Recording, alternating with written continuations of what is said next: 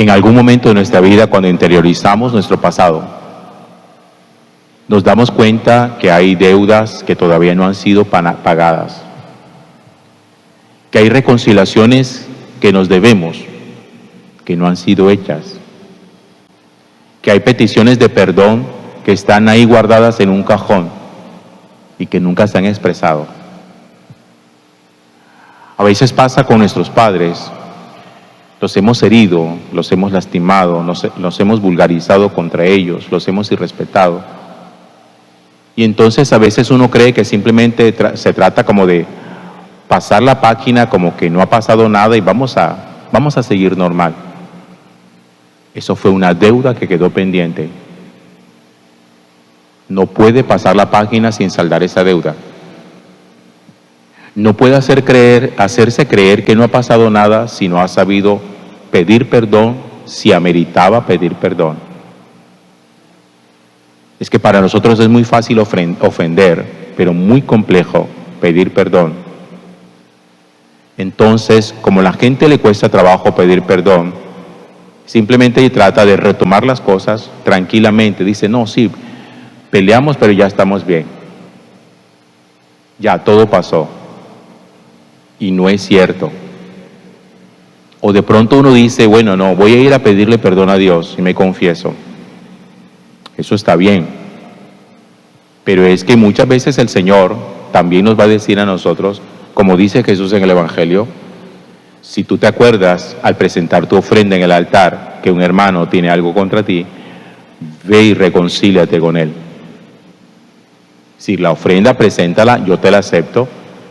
La reconciliación conmigo está hecha, yo te perdono, pero tienes una deuda, tienes que ir a saldarla. Y eso es un mandato explícito de Jesús. Recuerden ustedes que durante la lectura de todos esos días en la cual nosotros hemos estado escuchando toda esa secuencia de la historia de Abraham, de Isaac, de su hijo Jacob. Ahora nos encontramos nosotros con la historia de Jacob, con parte de la historia de Jacob. El día en que recibió un nuevo nombre, dejó de llamarse Jacob para empezar a llamarse Israel, y las circunstancias en que ese cambio de nombre se dio. Hacía ya varios años que Jacob había huido de la presencia de su hermano Esaú. Acuérdense, porque había robado en un momento de debilidad y de ceguera de su padre Isaac, había robado la bendición, engañando a su papá. Y en ese momento, que fue la semana pasada, yo les recordaba a ustedes que uno muchas veces quiere coger la bendición y simplemente robársela como si a uno le perteneciera. Y entonces Jacob huye con esa bendición robada. Pasan los años.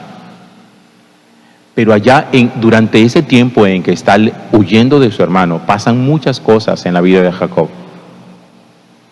Jacob, a su vez, fue engañado por su suegro, que lo hizo prácticamente para poder casarse con una mujer que era la mujer de su corazón. Se tuvo que casar con 3 mujeres más para poder acceder a la que él quería. Total que Jacob tenía 4 mujeres, 4 esposas. Y de esas 4 esposas fue donde tuvo los 12 hijos que tuvo. No fue de una sola de ellas. Y Jacob en el desierto tuvo que aprender lo que significa encontrarse con Dios, dejarse tocar por la gracia de Dios, dejarse transformar por el Señor. Y llega un instante en que Jacob entiende que necesita saldar la deuda con su hermano Esaú. Tiene que regresarse y tiene que pedir perdón, asumiendo las consecuencias. Y habían pasado ya varios años. ¿Cómo iba a encontrar a Esaú? No sabemos. Jacob estaba muy asustado. De hecho, Jacob pensó que su hermano Esaú, apenas lo tuviera enfrente, lo iba a matar. Porque la intención de Esaú sí era esa, matar a su hermano, por haberle robado hacía años la bendición. Pero como el Señor no abandona a ninguno en los procesos transformativos, lo primero que el Señor hace es, antes de regresar donde tu hermano Esaú, tienes que regresar como una criatura nueva. El hombre que salió huyendo no puede ser exactamente igual al hombre que regresa. Haré de ti una nueva criatura.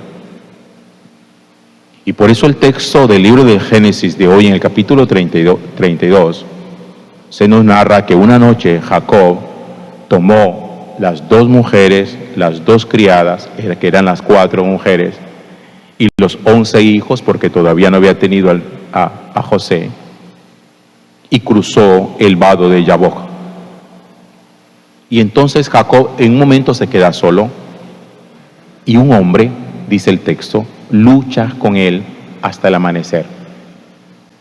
La lucha interior de todo ser humano con Dios, que no es una lucha negativa, que no es una lucha para vencer a Dios, es una lucha para dejarse transformar por Dios. Porque había cosas en Jacob que todavía necesitaban mucha purificación, mucha. Y Jacob no estaba listo para volver donde su hermano Esaú, hasta que Dios no lo transformara. Y durante esa pelea hasta el amanecer, llega un momento en que Jacob le dice a ese hombre que es una criatura celestial, le dice, oigan esto, bendíceme. ¿Por qué Jacob pide una bendición que supuestamente ya había recibido de su papá? Porque se dio cuenta que esa bendición no era suya. Y ahora necesitaba de parte de Dios la bendición verdadera. Dice el texto, un hombre luchó con Jacob hasta el amanecer. Viendo que no podía, le tocó la articulación del muslo y se la dejó tiesa mientras peleaba con él. A partir de ese día, Jacob quedó cojeando. Jacob cojeaba y su cojera era un recuerdo de su lucha interior que había tenido para ser transformado por el Señor. Y entonces este hombre celestial le dice, suéltame. Y Jacob le responde, no te soltaré hasta que me bendigas. Necesito que me bendigas. No puedo regresar donde mi hermano con la bendición que le robé. Necesito regresar ahora con la bendición tuya. Bendíceme. Y entonces Jacob, después que tiene esa lucha y es bendecido por este ser celestial, dice, he visto a Dios cara a cara. Y cuando atravesaba Penuel, salía el sol, iba cojeando del muslo, como signo, como consecuencia de esa lucha. Jacob finalmente va a llegar donde su hermano. Esa historia no, esa continuación de la historia nos sigue mañana, vamos a saltar a otra parte, pero va a decirnos el texto que cuando él regresa donde su hermano Esaú para pedirle perdón, para la reconciliación, porque miren que ya Jacob estaba reconciliado con Dios, como se los dije al principio, pero Jacob tenía esa deuda pendiente con su hermano. Jacob no podía contentarse como que, ya Dios me perdonó, si mi hermano me perdona o no me perdona, eso no me importa. No, sí le importaba, y de hecho tenía que importarle, porque tenía que buscar en lo que concierne a él la reconciliación con su hermano. Y por eso se arriesga a perder la vida frente a un hermano enojado. Pero como les dije ahorita, el Señor no abandona a nadie. Cuando Jacob regresa donde su hermano, Dios ha apaciguado la ira de Esaú, y Esaú lo recibe con los brazos abiertos, muy contento. Lo abraza, se besan, se reconcilian. Deuda saldada. Quedó saldado esa parte de su pasado. Por eso miren que cuando nosotros miramos nuestro pasado, hay cosas en el pasado que no podemos deshacer, ciertamente. ya pasó. A lo mejor con la persona con la que pasó lo que pasó, ya no está, no sabemos dónde está o murió. Se necesita también hacer una vuelta de reconciliación con nosotros mismos, de perdón con nosotros. Pero si la persona está viva y uno sabe que hay cosas que están pendientes, que a lo mejor a mi mamá o a mi papá no le he dicho perdón por algo que pasó y que nunca se lo dije porque tengo vergüenza, porque no quiero volver a tocar el tema, porque creo que es un tema olvidado. Hay que hacerlo, hay que volver. Y si es con el cónyuge, igual. Si hay que pedir perdón mirando a la cara, con vergüenza, con el miedo que eso puede llegar a dar. Porque Jacob se regresa donde su hermano con vergüenza y con miedo. Y la gran sorpresa para él es que su hermano estaba dispuesto a ofrecerle el perdón y eso quedó zanjado para siempre.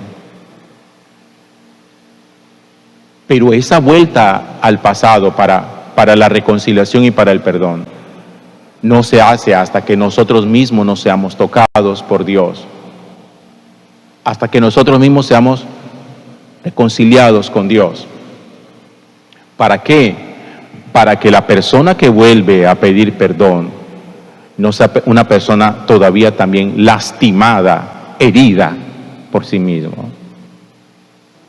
Las personas lastimadas y heridas no son capaces de pedir perdón. Solo las personas que han sido sanadas vuelven a pedir perdón. Solo el que está sano vuelve a producir sanidad en otro, pero el que está herido regresa a seguir abriendo la herida. Por eso esas personas que han tenido relaciones tortuosas y que en algún momento dicen como que todavía tengo este capítulo abierto, no he cerrado esto, y quieren volver, vamos a hablar que es que hay temas todavía no hablados, temas todavía no zanjados. En vez de producir sanación, lo único que hace es que se hieren mucho más, claro, porque ambos todavía están igual de resentidos, igual de dolidos, igual de heridos, y lo único que hacen es remover sus heridas.